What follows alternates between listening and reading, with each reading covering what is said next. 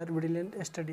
तो दोस्तों ये है फिजिक्स चैप्टर 1 प्रकाश का परावर्तन। ये इसका पार्ट 2 है। पार्ट 1 ऑलरेडी बन चुका है, तो आप लोग जाकर पहले वो देख लीजिएगा, फिर इसको देखिएगा। तो पार्ट 1 में हमने बहुत सारे कुछ पढ़ लिया था, जैसे प्रकाश का परावर्तन का नियम हो गया, तो प्रकाश का परावर्तन डेफिनेशन वगैरह सब हम लोग पढ़ चुके हैं। अब यहाँ नेक्स्ट टॉपिक है प्रतिबिंब, इमेज।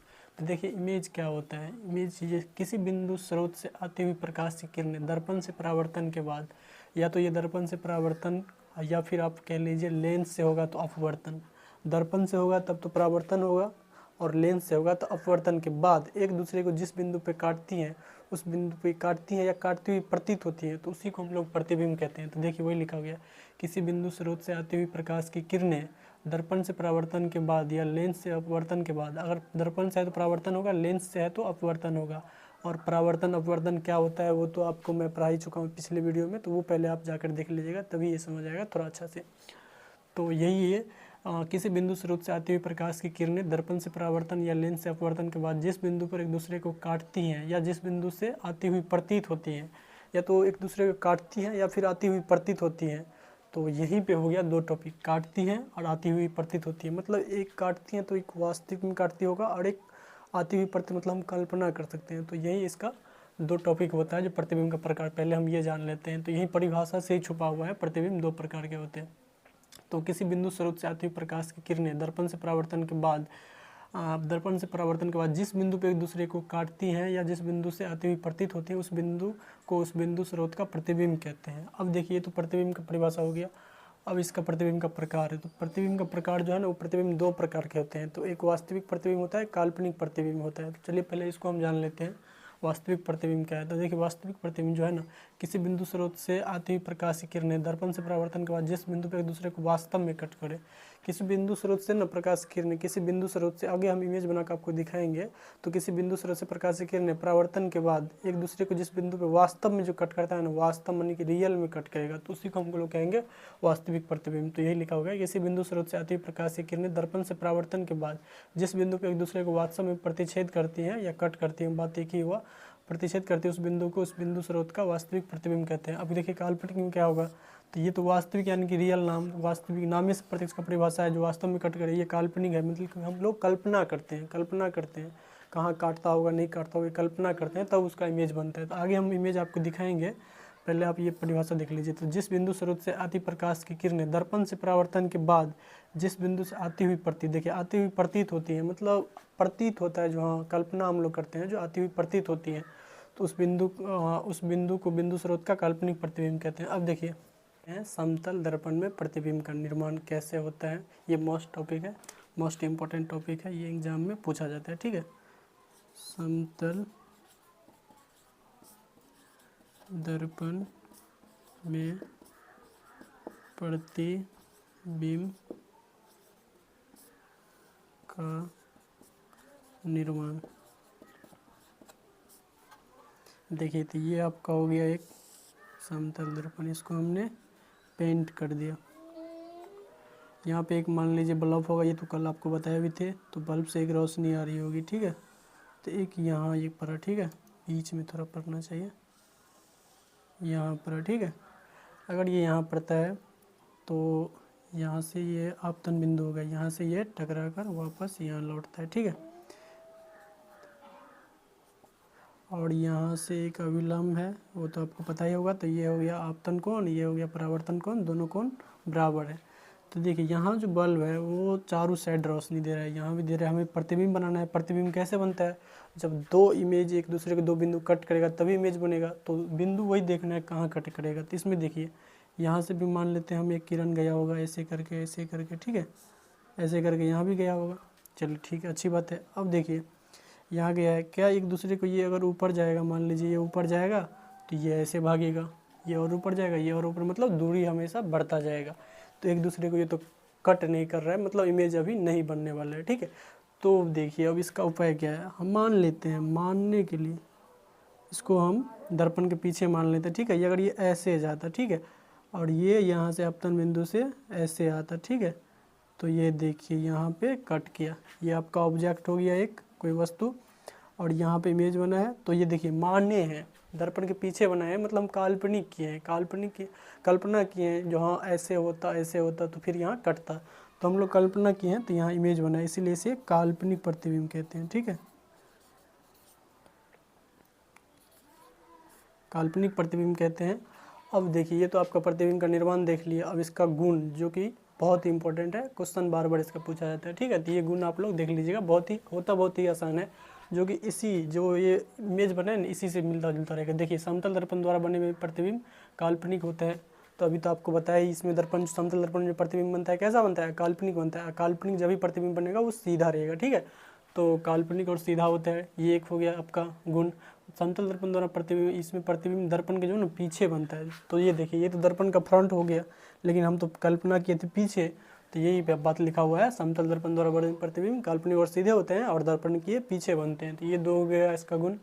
प्रतिबिंब का आकार जो है ना वस्तु के आकार के बराबर होता है। इसका क्या मतलब है? देखिए, जितना ये वस्तु है ना, ऑब्जेक्ट हम इसको माने, जितना ये वस्तु होगा उतना ये दोनों बराबर होगा। दूरी जो होगा ना दोनों का, जितना डिस्टेंस इसका होगा उसका ही काल्पनिक का भी होगा, मतलब ये दूरी बराबर होगा। ये इतना है तो ये भी इतना ही होगा।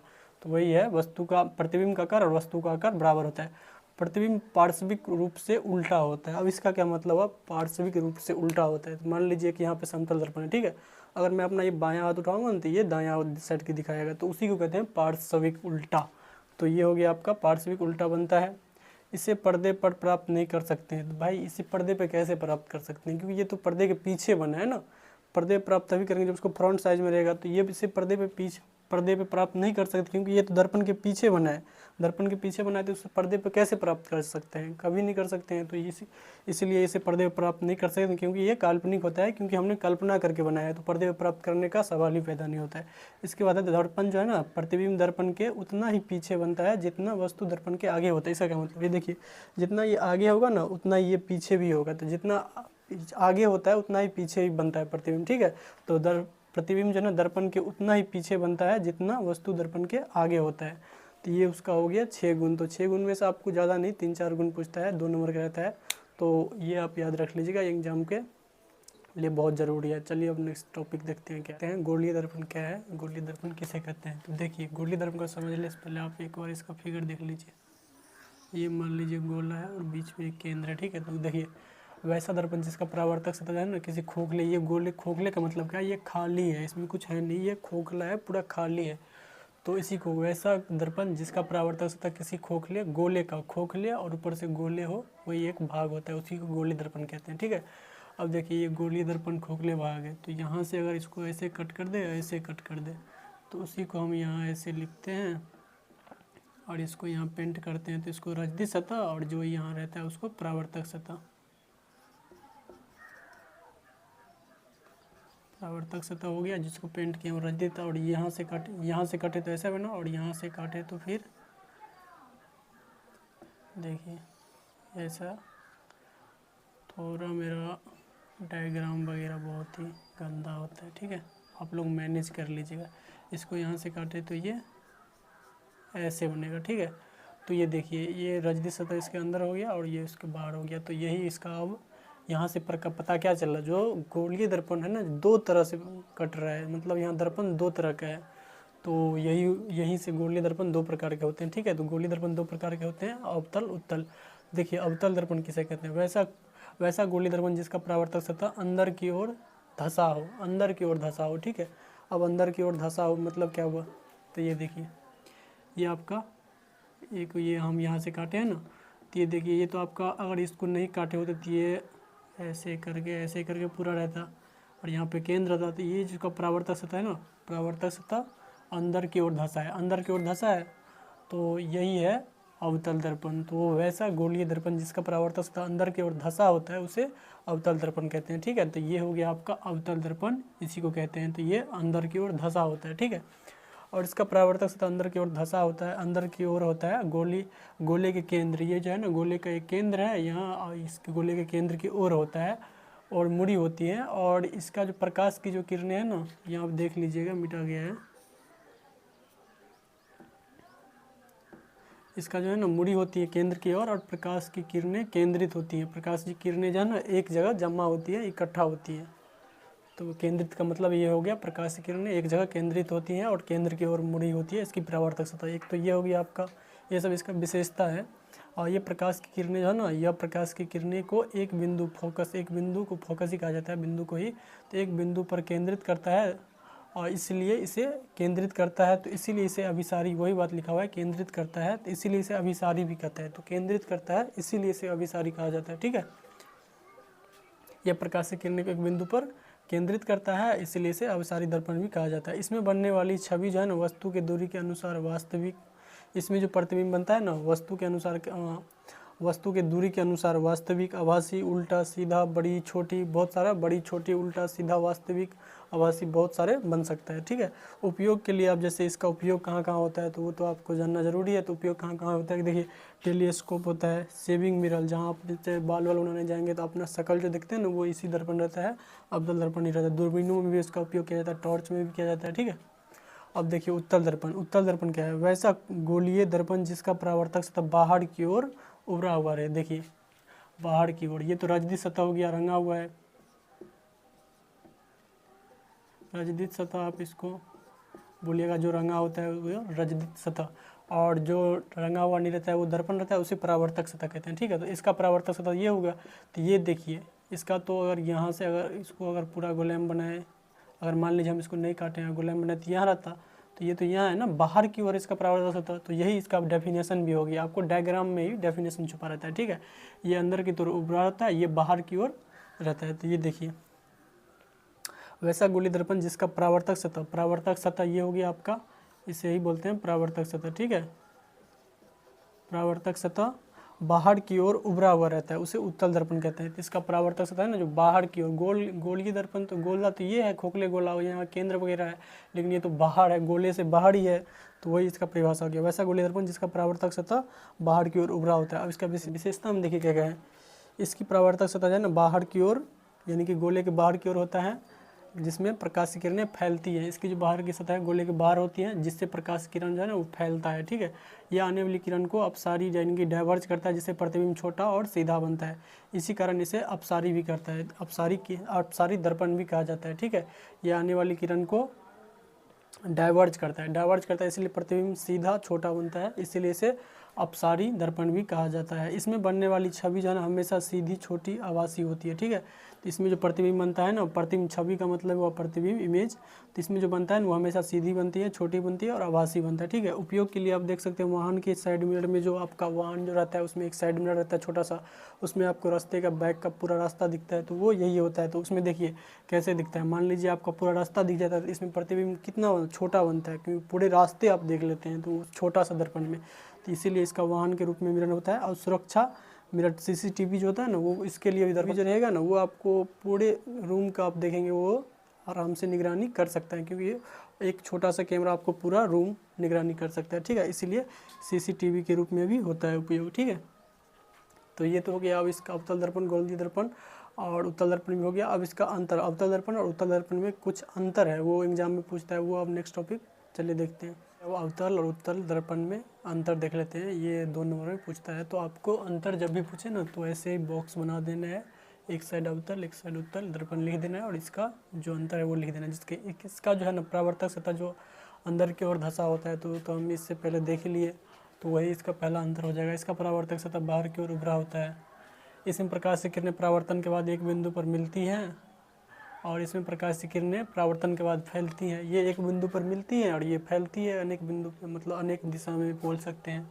तो इसमें प्रकाश की किरणें परावर्तन के बाद फैलती हैं, ये एक बिंदु पर मिलती है। इसमें आभासी और वास्तविक दोनों प्रतिबिंब बनता है। मतलब आभासी कहने का मतलब है इसमें काल्पनिक और वास्तविक दोनों प्रतिबिंब बनता है, और इसमें सिर्फ बनता है काल्पनिक प्रतिबिंब बनता है, जैसे आभासी भी आप बोल सकते हैं। तो इसमें वस्तु की स्थिति के अनुसार प्रतिबिंब वस्तु से बड़ी, छोटी, वस्तु के बराबर, इसमें जो है ना वस्तु की स्थिति के अनुसार प्रतिबिंब जो वस्तु से छोटी हो सकता है, बड़ी हो सकता है या बराबर हो सकता है, लेकिन इसमें जो है ना हमेशा छोटा होता है। इसमें उत्तल में जो है ना, उत्तल में इसमें हमेशा वस्तु से छोटा प्रतिबिंब बनता है। इसमें जो है ना उत्तल में हमेशा छोटा प्रतिबिंब बनेगा, वस्तु जो रहेगा ना उससे छोटा प्रतिबिंब, लेकिन इसमें अवतल में क्या है, कभी बड़ा बन जाएगा, कभी छोटा बन जाएगा, कभी बराबर भी बन जाएगा, तो इसका कोई गारंटी नहीं है। अब देखिए इसका उपयोग क्या क्या है। अवतल दर्पण में आप टॉर्च के लिए उपयोग करते हैं, सौर भट्टी में इसका उपयोग होता है, हेडलाइट होता है जो आपको देखे होंगे रोड पे, रोड पे जो हेडलाइट रहता है वो भी अवतल दर्पण ही रहता है। दंत चिकित्सक के उपकरण, दंत चिकित्सक मतलब अंदर जो दांत को देखते हैं वो जो टॉर्च रहता है वो भी इसी का रहता है, अवतल दर्पण का। इसका उत्तल दर्पण में जो उपयोग है, वाहन के साइड मिरर, छोटा सा मिरर आपको पूरा रास्ता दिखा देता है। तो इसमें क्या हुआ, प्रतिबिंब छोटा बना ना, तो वही बात है, वाहन के साइड मिरर, सुरक्षा मिरर, सीसीटीवी आदि। इसका जो है ना अवतल का जो है ना फोकस दूरी वास्तविक होता है और इसका फोकस दूरी जो है ना उत्तल का काल्पनिक होता है। तो ये कुछ अंतर था, 2 नंबर में पूछते हैं, तो इसको आप याद रखिएगा, ठीक है। अंतर जो लिखने के लिए जब भी बोले सेपरेट तरीका यही होता है, 2 साइड दोनों का नाम लिख लीजिए, बीच में एक लकीर दीजिए, दोनों साइड का आप लिख लीजिए टॉपिक वाइज। तो चलिए अब देखते हैं गोलीय दर्पण। और उसमें गोलीय दर्पण में देखेंगे जो वक्रता, त्रिज्या, फोकस वगैरह वो डायग्राम के जरिए, जैसे इससे पिछले भी आपको दिखाए थे वो परिभाषा डायग्राम के जरिए कैसे याद किया थे, सेम उसी तरह याद करेंगे, इसमें भी सभी परिभाषा है। तो चलिए देखते हैं कुछ जुड़े महत्वपूर्ण तथ्य हैं, तो इन सभी 6 परिभाषा को हम एक डायग्राम के जरिए जानेंगे, ठीक है। तो ये हो गया आपका अवतल दर्पण, ठीक है। और ये अगर मान लीजिए इसको तो हम तो ये गोलीय दर्पण से हम काटे, ये गोलीय दर्पण का ये भाग काटे, अगर नहीं काटे होते तो यहाँ पे एक केंद्र होता, ठीक है, नहीं अगर काटते तो ये तो पहले केंद्र होता। तो जैसे ये अगर यहाँ से गुलाम होता तो इसका एक ये केंद्र होता। तो अब केंद्र किसे कहते हैं, तो वक्रता केंद्र। देखिए वक्रता केंद्र जो है, गोलीय दर्पण जिस खोखले गोले का भाग होता है उसके केंद्र को वक्रता केंद्र कहते हैं। गोलीय दर्पण जिस खोखले गोले का भाग होता है, मतलब गोलीय दर्पण जो है ना इस खोखले दर्पण का जो एक ये भाग है, तो इसी को हम कहते हैं वक्रता केंद्र। अब देखिए यहाँ से एक ये लाइन हो गया जहाँ इसको ये ध्रुव है बिंदु P, ये तो हो गया C। अब ध्रुव किसे कहते हैं, दर्पण के परावर्तक सतह के मध्य बिंदु को दर्पण का ध्रुव कहते हैं। तो देखिए ये तो दर्पण का परावर्तक सतह है, इसके सेंटर में है, ये पूरा मध्य में है ये बिंदु, तो इसे ही हम लोग ध्रुव कहते हैं, ठीक है।